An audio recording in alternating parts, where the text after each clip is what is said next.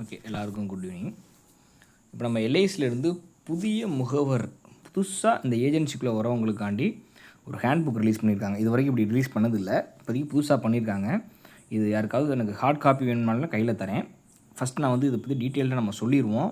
நம்மளுடைய first and last class ஏஜென்ட்ஸாக உள்ள வரவங்களுக்கு ஒவ்வொரு நொடியுமே பணம் தான். அதனால் டயத்தை வேஸ்ட் பண்ணாமல் உடனடியாக இதுதான் ஃபஸ்ட்டு கிளாஸும் இதுதான் கடைசி கிளாஸும். சரிங்களா? முன்னாடி என்ன பண்ணுவாங்கன்னா, நாங்கள் இங்கேருந்து மதுரைக்கு அனுப்புவோம். மதுரையில் போயிட்டு 2 நாள் இங்கே ஸ்டே பண்ணி ட்ரைனிங் எடுத்துகிட்டு வருவாங்க.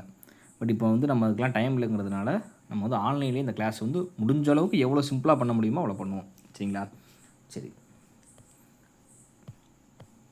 எல்ஐசி பார்த்திங்கன்னா கவர்மெண்ட்லேருந்து நடத்தக்கூடிய ஒரு நிறுவனம், அரசாங்க நிறுவனம், எம்என்சி, உலகம் ஃபுல்லாக இருக்கக்கூடிய நிறுவனம். இந்தியாவில் மட்டும் கிடையாது, கிட்டத்தட்ட 12 நாடுகளில் எல்ஐசி இருக்குது.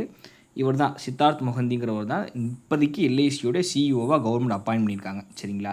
இவர் என்ன சொல்கிறாருன்னா 14,19,000 ஏஜென்ட்ஸு இப்போதைக்கு நம்ம எல்ஐசிக்கு கீழே வேலை பார்த்துக்கிட்டு இருக்காங்க. சரிங்களா? இப்போதைக்கு 14 லட்சம் பேர் நம்ம எல்ஐசியில் என்ன பண்ணிக்கிட்டு இருக்காங்க, வேலை பார்த்துக்கிட்டு இருக்காங்க. இவர் சிஇஓ. இவர் பேர் என்ன, சித்தார்த் மொஹந்தி. சரிங்களா? அடுத்து இவர் ஜெகநாத், இவர் எம்டி. அவர் சிஇஓ, இவர் எம்டி. சரிங்களா? இவர் நம்ம அடிக்கடி பார்க்கலாம். அடிக்கடி நம்ம மதுரைக்கெலாம் மீட்டிங் போடுவார். நம்ம ஏதாச்சும் நம்ம சான்ஸ் கிடச்சா அவர் நம்ம பார்க்கலாம். சரிங்களா? இது ஏன் அதெல்லாம் சொல்கிறேன்னா, ஒரு பெரிய கஸ்டமரை போய் பார்க்கும்போது அவங்க சும்மா நம்ம டெஸ்ட் பண்ணி பார்ப்போம். அவங்க சிஇஓ பேர் என்ன தெரியுமா, அவங்க எம்டி பேர் என்ன தெரியுமான்னு அவங்க ஏதோ நியூஸ் பேப்பர் வாசிச்சிருப்பாங்க, நம்மளை டெஸ்ட் பண்ணி பார்ப்பாங்க. அதனால் நான் சொல்கிறேன். சரிங்களா? சிஇஓ யார், சித்தார்த்த மொஹந்தி. எம்டி யாருன்னு பார்த்தீங்கன்னா ஜெகநாத். சரிங்களா? இப்போ இதில் ஃபஸ்ட்டு என்ன அப்படின்னா, பேசிக்லேருந்து நம்மளுக்கு என்னென்ன தேவை அதெல்லாம் பார்ப்போம். ஃபஸ்ட்டு என்ன, லைஃப் இன்சூரன்ஸ்னால் என்ன. லைஃப் இன்சூரன்ஸ்னால் என்ன அப்படின்னா, ஒருத்தர் வேலை பார்க்குறாரு, ஒரு குடும்பத்தில் வேலை பார்க்கக்கூடிய நபர் இருக்கார்.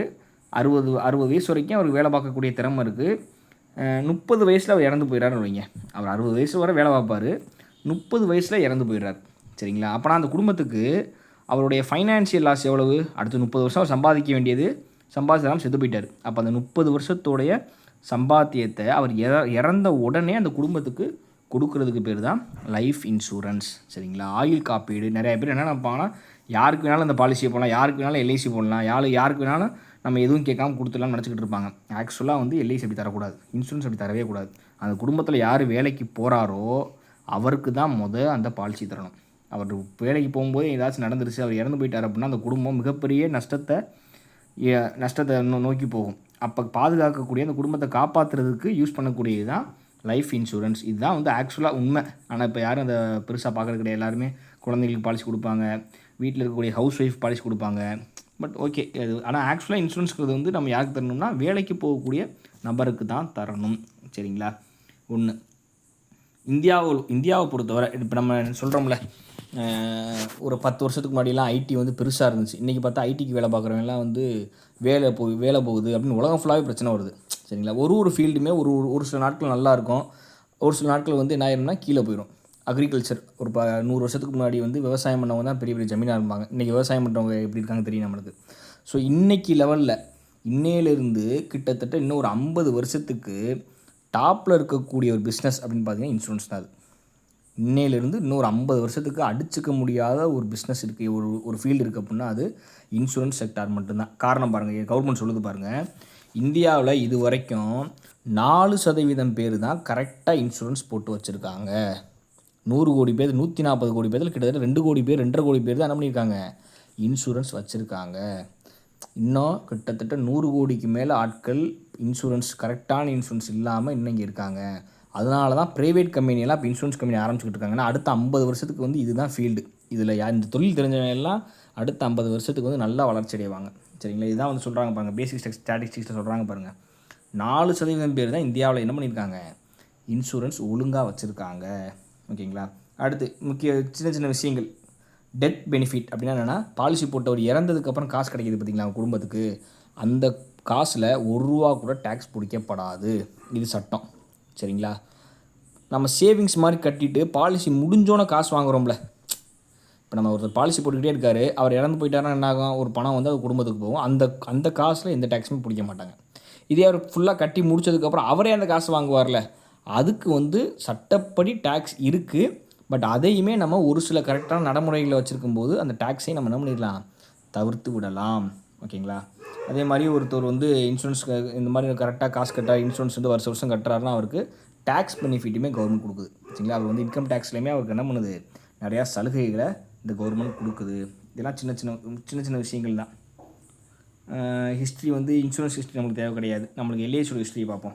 எல்ஐசிங்கிறது என்றைக்கு ஆரம்பித்தாங்க அப்படின்னா 1956 நேரு இருக்கும்போது உருவாக்கப்பட்டது. எப்படி உருவாக்குனாங்க அப்படின்னா, அந்த காலத்தில் பிரிட்டிஷ் தான் வந்து நிறைய இன்சூரன்ஸ் கம்பெனி நடத்திட்டு இருந்தாங்க. பிரிட்டிஷ் வந்து சுதந்திரம் கொடுத்துட்டு போனோன்னே அவங்க நடத்தின நிறுவனங்கள் இங்கே இருந்துச்சு. அவங்க எல்லாம் ரொம்ப மக்கள்கிட்ட வந்து நிறையா காசை பிடுங்கிக்கிட்டு, ப்ரைவேட் அவங்க அப்போதைக்கு எல்லாமே நிறையா பணங்களை பிடுங்கிக்கிட்டு காசு திருப்பி கொடுக்காம ரொம்ப பிரச்சனை பண்ணாங்க அப்போ. அதாவது சுதந்திரம் கிடச்சதுக்கு அப்போ நேரு என்ன பண்ணாருன்னா, அந்த நிறுவனங்கள் எல்லாத்தையுமே அரசுடைமையாக்குனாங்க. கவர்மெண்ட்டுக்கு சொந்தமாக அறிவிச்சிட்டு அந்த நிறுவனங்கள் எல்லாத்தையுமே கிட்டத்தட்ட 245 நிறுவனங்களை ஒன்றா சேர்த்து எல்ஐசியை உருவாக்கினார். சரிங்களா, இன்றைக்கி சென்னையில் இருக்குது பார்த்தீங்களா ஒரு பில்டிங்கே, அது ஆக்சுவலி பிரிட்டிஷ் கட்டின பில்டிங். ஓகேங்களா, இது வந்து பார்த்திங்கன்னா இந்தியாவிலேயே மிகப்பெரிய இன்சூரன்ஸ் நிறுவனம் எல்ஐசி தான் இன்றைக்கி வரைக்கும். இதில் இருக்கக்கூடிய ஏஜென்ட்ஸ்க்கு வந்து பலவிதமான ஃப்யூச்சர் பெனிஃபிட்ஸ் இருக்குது. அடுத்தடுத்து நம்ம சொல்லுவோம் என்ன பெனிஃபிட்ஸ் சொல்லுவோம். கிட்டத்தட்ட எல்ஐசி ஒரு வருஷமும் வாங்கக்கூடிய ப்ரீமியம் தொகை மட்டும் 4.75 லட்சம் கோடி. ஒரு வருஷம் நம்ம வாங்கக்கூடிய ப்ரீமியம் தொகை மட்டும் 4.75 லட்சம் கோடி. அப்போ பார்த்துக்கோங்க எவ்வளோ பெரிய நிறுவனம்னு. கிட்டத்தட்ட இன்றைக்கி இந்தியாவில் வந்து நம்மளை மாதிரி கிட்டத்தட்ட 25 கம்பெனிகள் இருக்காங்க. நம்ம ஒரு ஆள் தான் கவர்மெண்ட்டு, இது எல்லாமே ப்ரைவேட்டு. உங்களுக்கு தெரியும் கவர்மெண்ட்டு இப்போ போனால் எப்படி இருக்கும், ப்ரைவேட்டில் போனால் எவ்வளோ ஃபெசிலிட்டிஸ். மற்ற எந்த துறையில் போனாலுமே கவர்மெண்ட்டுக்கு போகிறத ப்ரைவேட்டுக்கு போகிறது தான் எல்லாருமே விரும்புவாங்க. கவர்மெண்ட் பஸ்ஸில் போகிறத விட ப்ரைவேட் பஸ்ஸில் போகிறத தான் விரும்புவாங்க. ஆனால் இன்சூரன்ஸ் செக்டாரில் மட்டும் இன்ன வரைக்கும் எல்ஐசியை எந்த ப்ரைவேட் செக்டாரும் அடிச்சுக்க முடியலை. கிட்டத்தட்ட போன வருஷம் மட்டும் நம்ம 2 லட்சம் பாலிசிகள் நம்ம விற்றுருக்கோம். சரிங்களா, போன வருஷம் மட்டும் நம்மள்கிட்ட எவ்வளோ 14.19 லட்சம் ஏஜென்ட்ஸ் இந்தியா ஃபுல்லாக இருக்காங்க. சரிங்களா, கிட்டத்தட்ட ரயில்வேயோட நம்ம வந்து பெரிய டீம். சரிங்களா, இதெல்லாம் வந்து போன வருஷம் நம்ம வாங்கின அவார்ட்ஸ். இதில் முக்கியமான அவார்ட்ஸ், நீங்கள் கஸ்டமர்கிட்ட சொல்லக்கூட அவார்ட்ஸ் நான் ஃபஸ்ட்டு போட்டிருக்கோம் பாருங்கள். போன வருஷம் உலகத்திலேயே, இந்தியா கிடையாது, உலகத்திலேயே ஸ்ட்ராங்கான இன்சூரன்ஸ் பிராண்ட் அப்படின்னா அது எல்ஐசி தான். உலகத்திலேயே, சரிங்களா, இந்தியா கிடையாது, உலகத்திலேயே ஸ்ட்ராங்கஸ்ட் இன்சூரன்ஸ் கம்பெனி அப்படின்னா அது எல்ஐசி தான் அறிவிச்சிருக்காங்க. ஓகேங்களா, ஓகே, இதெல்லாம் வந்து ஏற்கனவே தெரிஞ்சது தான். முக்கியமானது என்ன அப்படின்னா அதில் ரொம்ப ரொம்ப முக்கியமானது ப்ரொஃபஷ்னலிசம். இது வந்து ஏஜென்ட்ஸ்க்கு இருக்கக்கூடிய எத்திக்ஸ். சரிங்களா, நம்ம ஏஜென்ட்ஸ்க்கு வந்து சாதாரணமாக நம்ம வந்து ஏஜென்ட்ஸ் எடுக்கலை, நம்ம ஐஆர்டிஏல எக்ஸாம் எழுதி அந்த லைசன்ஸ் வாங்கியிருக்கோம். ஸோ அதுக்கு நான் ஒரு சில ரூல்ஸ் அண்ட் ரெகுலேஷன்ஸ் இருக்குது. முக்கியமான ரூல்ஸ்னால் ப்ரொஃபஷ்னலாக இருக்கணும்.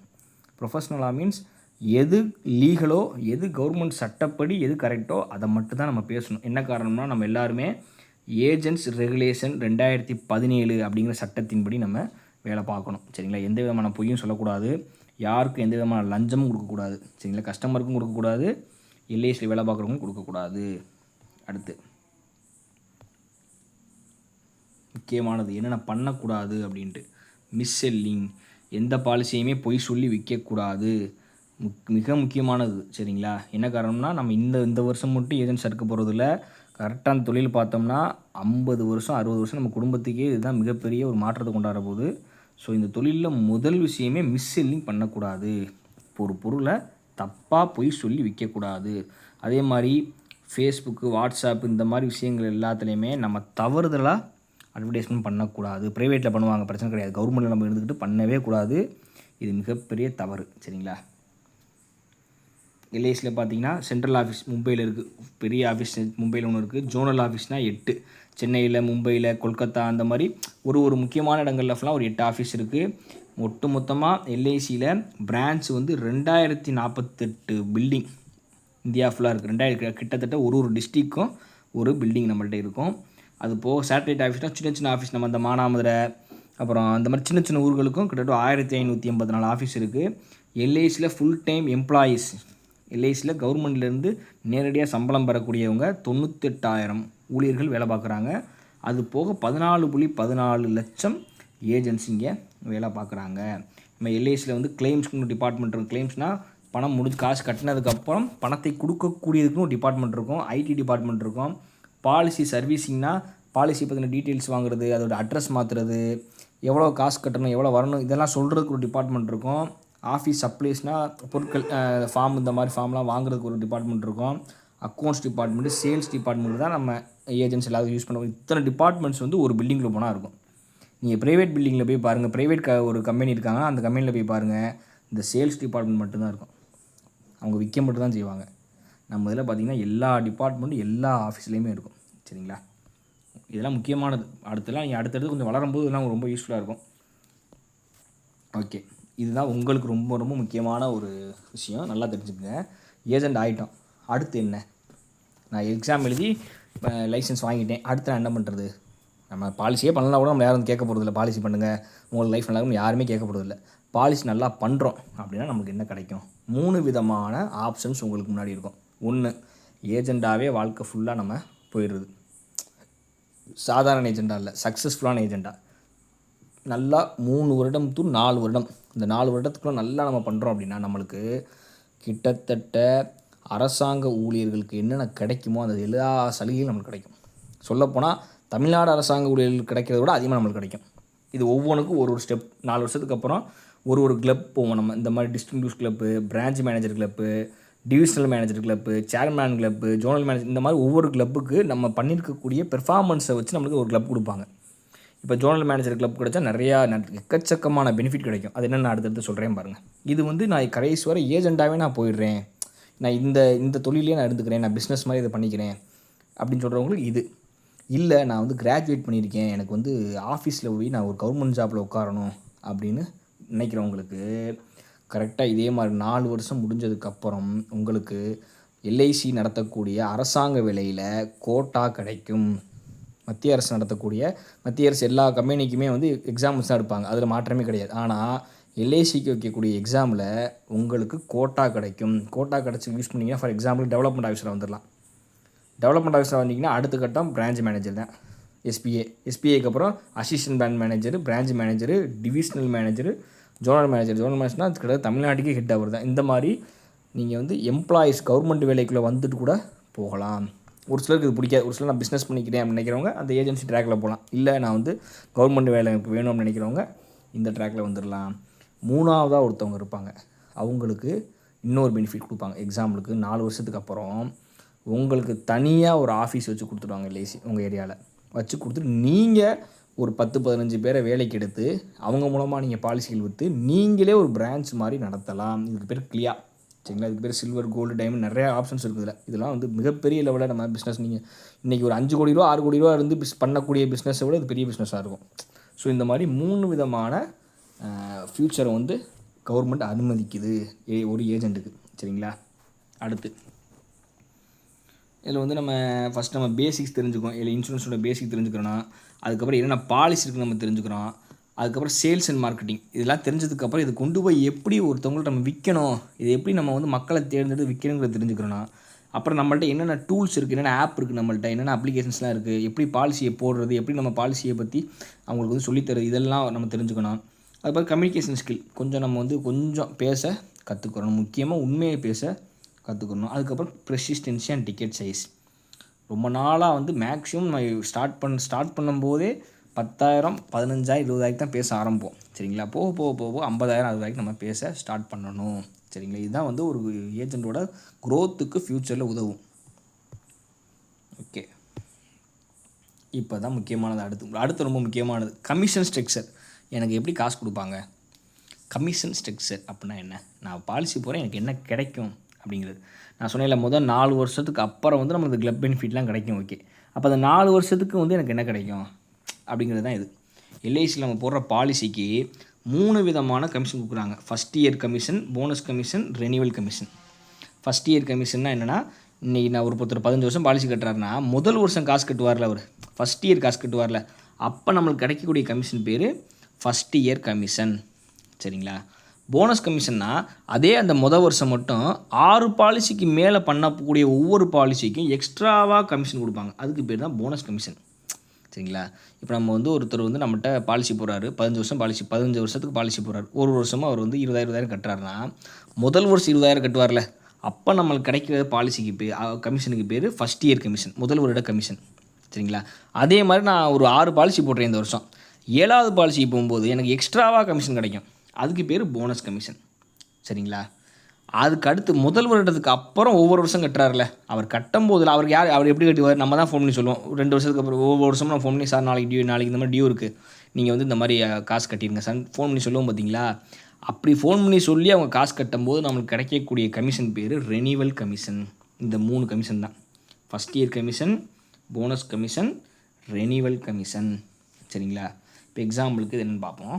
இப்போ 3க்கு என்ன வித்தியாசம்னு பார்ப்போம். இப்போ எக்ஸாம்பிளுக்கு இதிலே பார்ப்போம். ஒருத்தர் வந்து 50,000 ரூபாய்க்கு ஒரு பாலிசி விற்கிறார். சரிங்களா?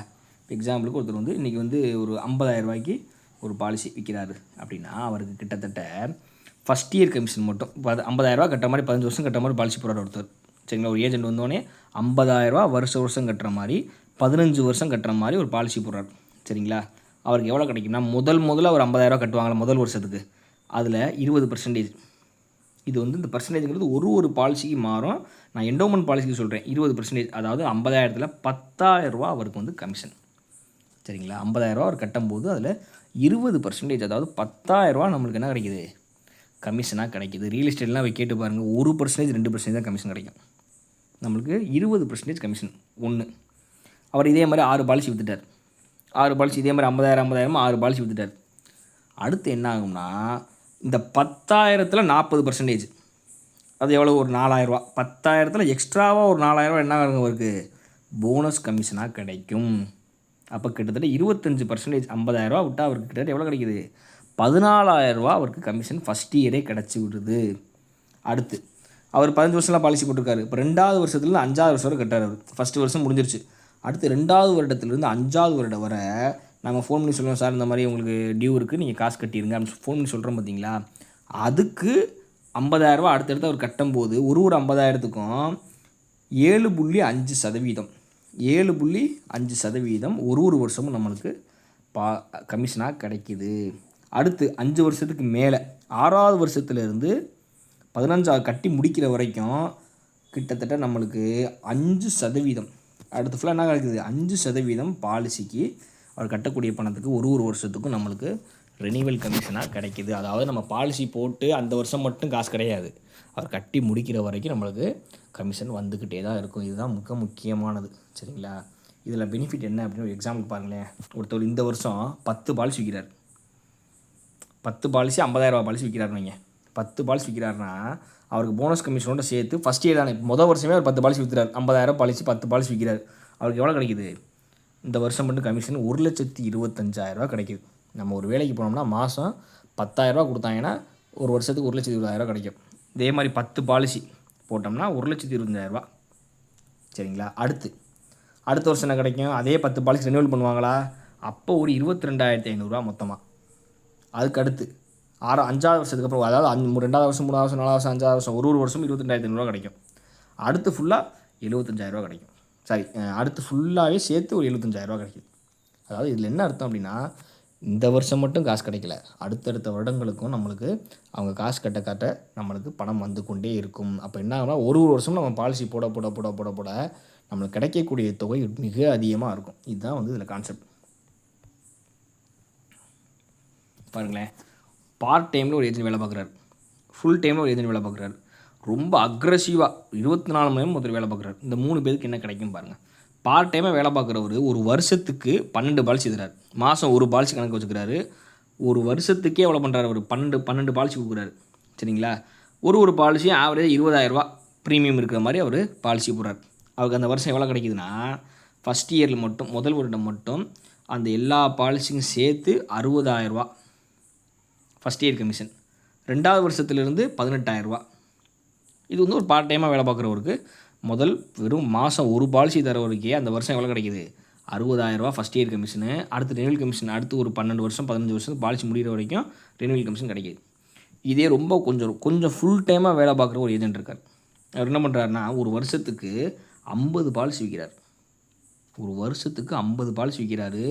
அந்த ஒரு பாலிசியோடைய ஆவரேஜான ப்ரீமியம் வந்து 30,000 ரூபாய்க்கு 50 பாலிசி விற்கிறார் வைங்களேன். அவருக்கு அந்த வருஷம் எவ்வளோ கமிஷன் கிடைக்கிது பாருங்கள். கிட்டத்தட்ட 3,75,000 ரூபா.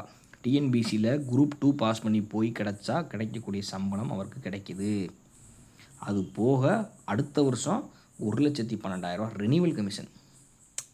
அப்போ யோசிச்சு பாருங்கள், நம்ம ஒரு வருஷம் ஃபுல் டைமாக வேலை பார்க்குறோம் அப்படின்னா கிட்டத்தட்ட நீங்கள் கவர்மெண்ட் ஜாபில் போயிட்டு நம்மளுக்கு கிடைக்கக்கூடிய அந்த சம்பளம் கிடைக்கும். கவர்மெண்ட் ஜாப்பில் வந்து நம்மளுக்கு என்னது ஃப்யூச்சரில் வந்து பாலிசி நம்மளுக்கு வந்து ஜாப் போகாது, நம்மளுக்கு வந்து எப்பொழுதுமே ஜாப் இருக்கும், சம்பளம் கிடைக்கும்னு ஒரு நம்பிக்கை இருக்கும். அதே மாதிரி இங்கேயும் பாருங்கள், ரெனிவல் கமிஷன் கிடைக்கிது நம்மளுக்கு அடுத்த 15 வருஷத்துக்கு என்ன ரெனிவல் கமிஷன் கண்டிப்பாக நம்மளுக்கு கிடச்சிடும். அதுவும் ஒரு சேஃப்டி. ஸோ இதுதான் விஷயம். அதில் 50 பாலிசி விற்றா கிட்டத்தட்ட குரூப் 2 ஆஃபீஸருக்கு சமம். ரொம்ப அக்ரெசிவாக ஒருத்தர் விற்கிறார், 100 பாலிசி விற்கிறார். 100 பாலிசி ஒரு வருஷத்துக்கு விற்கிறார். ஒரு பாலிசி 50,000 ஆவரேஜாக 50,000 100 பாலிசி விற்கிறார். அதுக்கு எவ்வளோ கிடைக்குது பாருங்கள், கிட்டத்தட்ட மாதம் 1,00,000 ரூபா. ஒரு வருஷத்துக்கு 12,50,000, அதாவது மாதம் 1,00,000 ரூபா சம்பளம். கிட்டத்தட்ட கலெக்டருக்கே சம்பளம் நீங்கள் 80,000 தான் வந்து ஸ்டார்ட் பண்ணோடனே 12,50,000 வாங்க முடியும். நம்ம டீம்லேயே கிட்டத்தட்ட 3 பேர் இந்த மாதிரி இருக்காங்க. சரிங்களா, ஒரு பிரான்ச்லேயும் இந்த மாதிரி மினிமமே 12-13 பேர் இந்த மாதிரி ஹை பெர்ஃபார்மிங் ஏஜெண்ட்டாக இருப்பாங்க. ஓகேங்களா? ஓகே, சரி. இப்போ நான் சொன்னேன்ல, அடுத்து கிளப்புக்கு போனால் என்ன கிடைக்கும்? சரி, ஸ்ட்ரக்சர் ஓகே சார், இதெல்லாம் ஓகே. 4 வருஷத்துக்கு நான் வந்து கமிஷன் வாங்கிடுறேன். நீங்கள் சொன்ன மாதிரி கிளப்புக்கு போனதுக்கப்புறம் எனக்கு என்ன கிடைக்கும்? ஏதோ கவர்மெண்ட்டில் கிடைக்கிறதெல்லாம் கிடைக்கும்னு சொன்னீங்களே, அது என்ன கிடைக்கும்? நம்ம சொன்ன மாதிரி கிளப்பில் நிறையா டைப்ஸ் இருக்குது. மினிமமாகவே டிஏ கிளப் அப்படிமோ, அடுத்து branch club, divisional club, zonal club, chairman club. 4 வருஷம் முடியும் போது நம்ம போட்ட பாலிசி எல்லாத்தையும் வெரிஃபை பண்ணுவாங்க. இவங்க எத்தனை பாலிசி போட்டிருக்காங்க, இவங்க எவ்வளோ வந்து சம்பாதிச்சிருக்காங்க அப்படின்னு செக் பண்ணுவாங்க. அதுக்கேற்ற மாதிரி ஒவ்வொரு கிளப்பையும் மாற்றுவாங்க. ஃபார் எக்ஸாம்பிள், நான் இருக்கலே டாப் கிளப் சொன்னேன். நம்மளுக்கு இந்த எலைட்டு கார்பரேட் கேலக்ஷனாக ரொம்ப பெருசு. அதெல்லாம் கிட்டத்தட்ட ஒரு தொழிலதிபரோட விஷயங்கள் கிடைக்கும். நம்மளை ஆவரேஜாக சேர்மன் கிளப் பார்ப்போம். சேர்மன் கிளப்னால் என்ன அர்த்தம்னா, 4 வருஷம் முடியும் போது நம்மகிட்ட 600 கஸ்டமர் இருக்கணும். நம்மளுடைய ஏஜென்சியில் 600 கஸ்டமர் இருக்கணும். சரிங்களா? இருந்தாங்க அப்படின்னா நம்ம டேரெக்டாக அந்த சேர்மன் கிளப்புக்குள்ளே போயிடலாம். இல்லை 400 பேர் தான் இருக்காங்க அப்படின்னா ஜோனல் மேனேஜர் கிளப்பு, 250 பேர் தான் இருக்காங்க டிவிஷனல் மேனேஜர் கிளப்பு, 150 பேர் தான் இருக்காங்க அப்படின்னா பிரான்ச் மேனேஜர் கிளப். சரிங்களா? இந்த 40 பேர் தான் இருக்காங்க அப்படின்னா நம்ம இந்த டிஏ கிளப்னு ஒரு கிளப், ஸ்டார்டிங் நீங்கள் இந்த வருஷம் 40 பாலிசி போட்டால் கூட நம்ம இந்த கிளப்புக்குள்ளே போயிடலாம். சரி, இந்த ஒரு கிளப்புக்கும் நம்மளுக்கு என்ன இதெல்லாமே இது எல்லாமே நீங்கள் 4 வருஷமாவது வெயிட் பண்ணணும். இது வருஷமே போயிடலாம். இதில் போயிட்டோம்னா என்ன கிடைக்கும் அப்படின்னு பார்க்கலாம். இப்போ எக்ஸாம்பிளுக்கு ஒருத்தர் வந்து சேர்மன் கிளப் போகிறார், அவருக்கு என்ன கிடைக்கும் அப்படின்னு பாருங்கள். வருஷம் 35,000 அவர் ஆஃபீஸ் போட்டுக்கிறதுக்கு கொடுப்பாங்க. ஆஃபீஸ் வாடகைக்கு 35,000 வருஷத்துக்கு. கன்வென்ஷனல் ஃபீஸஸ் 20,000, ஃபெஸ்டிவல் தீபாவளிக்கோ இல்லை பொங்கலுக்கோ 20,000, கார் வாங்குறதுக்கு 9 லட்சம் வரை அட்வான்ஸு, ஹவுசிங் லோன் 40 லட்ச ரூபா, குரூப் இன்சூரன்ஸ் 4 லட்ச ரூபா, அவங்க ஃபேமிலிக்கு மெடிக்கல் இன்சூரன்ஸ் 5 லட்ச ரூபா. இது போக இன்னும் நிறையா இருக்குது. ஃபோன் இன்சூரன்ஸ், ஃபோன் வாங்குறதுக்கு எக்கச்சக்கமாக இருக்குது. நம்ம இதில் கம்மியாக தான் கொடுத்துருக்கோம். நான் டிவிஷனல் கிளப் போகிறேன்னா 12,000 ஆஃபீஸ்க்கு, 600 வந்து கன்வென்ஷனல், அதாவது இந்த கிஃப்ட் வாங்கி தரதுக்கு, ஃபெஸ்டிவல் அட்வான்ஸ் 20,000, ஸ்கூட்டர் வாங்கிக்கலாம், அதாவது 2 வீலர் வாங்கிக்கலாம், 20 லட்ச ரூபா ஹோம் லோனு, இன்சூரன்ஸ் ஒரு 1,50,000, 1,10,000 குரூப் இன்சூரன்ஸ், மெடிக்கல் இன்சூரன்ஸ் 2,50,000. இது எல்லாமே 4 வருஷம் முடியும் போது நம்ம கிளப்புக்கு ஏற்ற மாதிரி கிடைக்கக்கூடிய, இது எல்லாமே நம்மளுடைய கமிஷன் போக கிடைக்கக்கூடிய விஷயங்கள். டாப் வந்து எலைட் கிளப்பே நம்ம மதுரையில் நிறைய பேர் இருக்காங்க பாருங்கள். 10 லட்ச ரூபா என்னது ஆஃபீஸுக்கு, 75,000 கிஃப்ட்டுக்கு, 30,000 ஃபெஸ்டிவல் அட்வான்ஸுக்கு, கார் வாங்குறதுக்கு 50 லட்ச ரூபா அவர் என்ன பண்ணலாம், நம்ம வாங்கிக்கொள்ளலாம். ஹோம் லோன் 60 லட்ச ரூபா வாங்கிக்கலாம், குரூப் இன்சூரன்ஸ் 10 லட்ச ரூபா, மெடிக்கல் இன்சூரன்ஸ் 10 லட்ச ரூபா. கிட்டத்தட்ட நீங்கள் போய் கவர்மெண்ட் ஸ்டாஃப்கிட்ட கேட்டு பாருங்கள், இதில் வந்து ஏதாச்சும் ஒன்று கொடுப்பாங்கன்னு கேட்டு பாருங்கள். நீங்கள் குரூப் 2 ஆஃபீஸர் போனாங்கன்னா அவங்க சம்பளத்தை தவிர எதுவுமே கொடுக்க மாட்டாங்க. 5 வருஷம் 6 வருஷத்துக்கு. நம்மளால் 4 வருஷத்துலேயே இதெல்லாம் நம்ம எலிஜிபிள் ஆகிடலாம். சரிங்களா? அடுத்து ஒரு 15 வருஷம் தொடர்ந்து கிளப் மெம்பராக இருக்கும். 15 வருஷம் கிளப் மெம்பராக இருக்கும். நம்மளுக்கு 60 வயசு ஆயிடுச்சு. என்ன பண்ணுவாங்கன்னா, அதுக்கப்புறம் நம்ம பாலிசியே பண்ணலனா கூட நம்ம வாழ்நாள் முழுக்க கிளப் மெம்பராக இருந்து கொள்ளலாம். இது வந்து மிக அருமையான ஒரு விஷயம். சரிங்களா? அல்லது இப்போ 25 வயசில் வந்துட்டேன், நான் 25 வருஷம் தொடர்ந்து கிளப் மெம்பராக இருக்கேன் அப்படின்னா அடுத்து வாழ்நாள் முழுக்க நம்ம கிளப் மெம்பராகவே தொடர்ந்து கொள்ளலாம், எந்த பாலிசியும் பண்ணலனா கூட. ஓகே, இவ்வளோதான். இதெல்லாம் வந்து எல்ஐசியில் நம்மளுடைய இது பிஸ்னஸில் வரக்கூடிய ஒரு வார்த்தைகள். இதெல்லாம் இப்போதைக்கு நம்ம தெரிஞ்சுக்க வேணாம், நம்ம கொஞ்சம் குழப்பிடுதலாம். இப்போதைக்கு நம்ம நம்மளுக்கு அது என்ன கிடைக்கும், எல்ஐசினா என்ன, நம்மளுக்கு என்ன கமிஷன் கிடைக்கும், ஃப்யூச்சர் நம்மளுக்கு என்ன, இதை மட்டும் நம்ம இப்போதைக்கு தெரிஞ்சுக்கிட்டால் போதும். சரிங்களா? இதெல்லாம் நம்மகிட்ட இருக்கக்கூடிய பாலிசிகள். ஒரு பாலிசிக்கு நம்மளுக்கு என்ன ஆகும், கமிஷன் ரேட்டு மாறும். அதை நான் உங்களுக்கு ஃபோட்டோ போட்டு விட்றேன். ஓகே, இதெல்லாம் நம்ம வந்து இன்னொரு கிளாஸ் செகண்ட் கிளாஸ் கூட போட்டு பேலன்ஸ் எல்லாம் முடிச்சிடலாம். Okay, thank you.